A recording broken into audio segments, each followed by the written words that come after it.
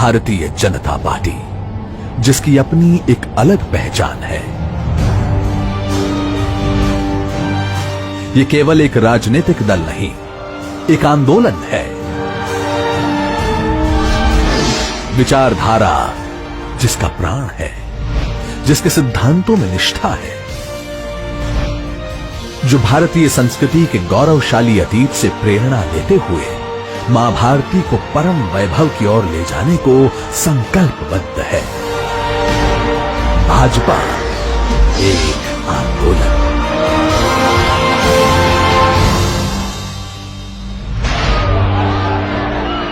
भाजपा की गाथा संघर्षों से गढ़ी हुई गाथा है।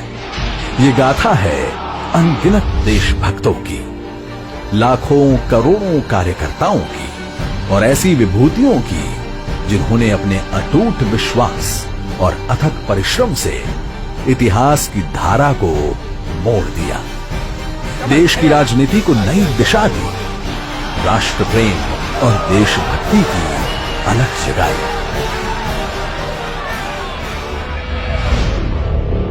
स्वतंत्रता के पश्चात जब नेहरू लियाकत पैक्ट पर हस्ताक्षर हुए, तब तत्कालीन प्रधानमंत्री नेहरू ने पाकिस्तान में रह गए हिंदुओं की जिम्मेदारी से मुंह मोड़ दिया। तब से उद्वेलित होकर डॉक्टर श्री श्यामा प्रसाद मुखर्जी ने नेहरू मंत्रिमंडल से त्यागपत्र दे दिया। नेहरू के पाश्चात्य प्रेम से ऐसी नीतियां बनने लगी जिनमें भारतीय संस्कृति सुरक्षित नहीं रह सकती थी। कांग्रेस गांधीवाद को विस्मित कर नेहरूवाद के रास्ते पर चलने लगी।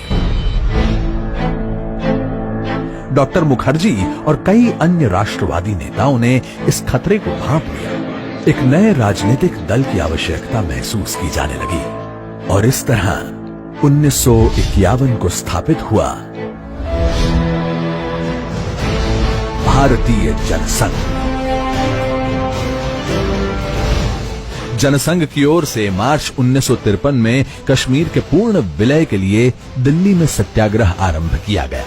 डॉक्टर श्री श्यामा प्रसाद मुखर्जी ने तय किया कि वो बिना परमिट के कश्मीर में प्रवेश करेंगे। उन्होंने सिंह गर्जना करते हुए कहा था कि एक देश में दो विधान, दो निशान और दो प्रधान नहीं चलेगा। अपनी दृढ़ संकल्प शक्ति और जनता से मिल रहे समर्थन के बल पर 11 मई 1953 को श्री मुखर्जी ने बिना परमिट के कश्मीर में प्रवेश कर लिया और उनको गिरफ्तार कर लिया गया। 23 जून 1953 को संदेहास्पद स्थितियों में वे शहीद हो गए।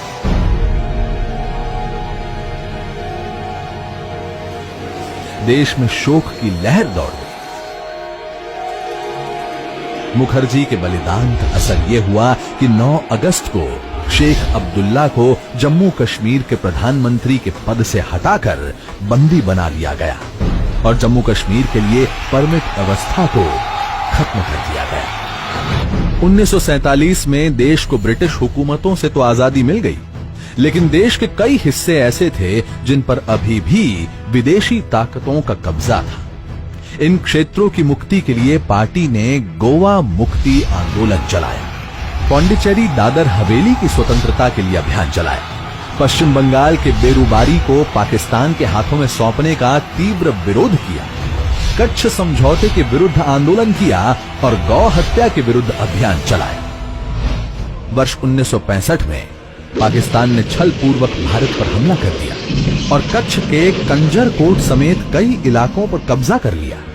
जनसंघ ने इसका विरोध किया और देश भर से जुटे 5 लाख लोगों ने दिल्ली आकर फौज न हारी, कौम न हारी, हार गई सरकार हमारी का नारा दिया। जनसंघ के समर्थन से तत्कालीन प्रधानमंत्री लाल बहादुर शास्त्री को हिम्मत मिली और भारतीय सेना ने पाकिस्तान पर विजय पाई।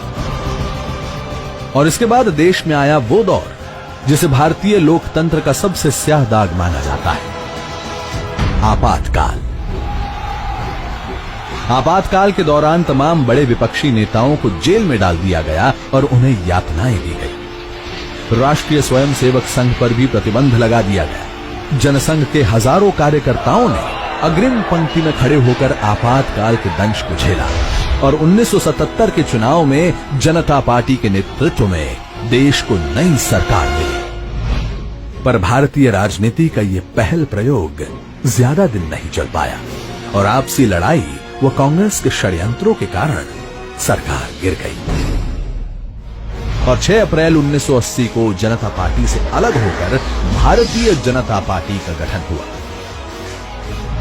1987 में देश में राजीव गांधी की सरकार थी।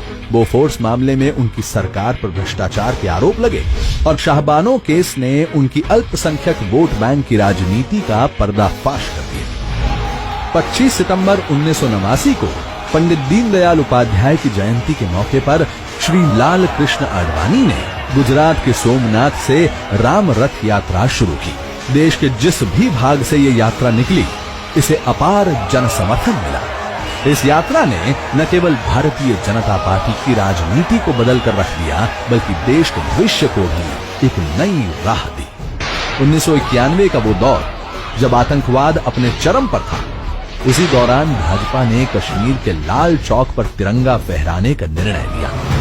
दिसंबर 1991 में भाजपा के तत्कालीन अध्यक्ष डॉक्टर मुरली मनोहर जोशी के नेतृत्व में एकता यात्रा निकाली गई। श्रीनगर के लाल चौक पर 26 जनवरी 1992 को तिरंगा फहराकर डॉक्टर जोशी ने भारत की एकता और अखंडता का संदेश दिया।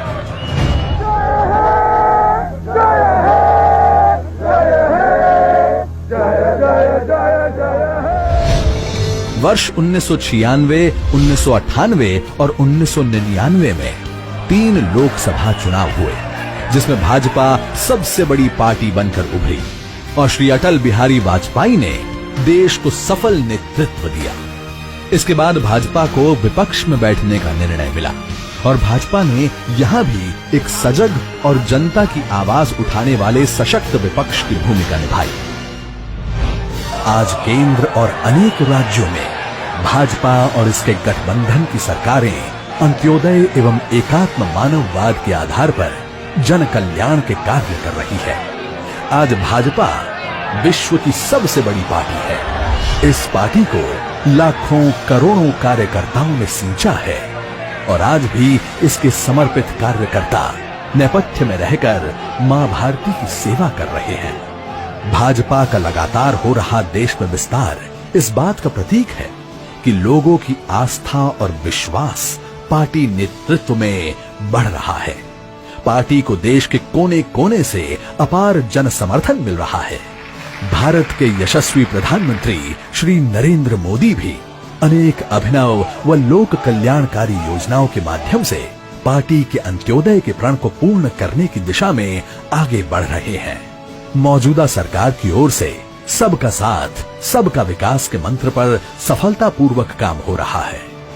देश की जनता से पार्टी को मिल रहा अपार जन समर्थन भी एक तरह का आंदोलन ही है। एक ऐसा आंदोलन जिसमें पार्टी का प्रत्येक कार्यकर्ता न्यू इंडिया के स्वप्न को पूरा करने के लिए संकल्पबद्ध है।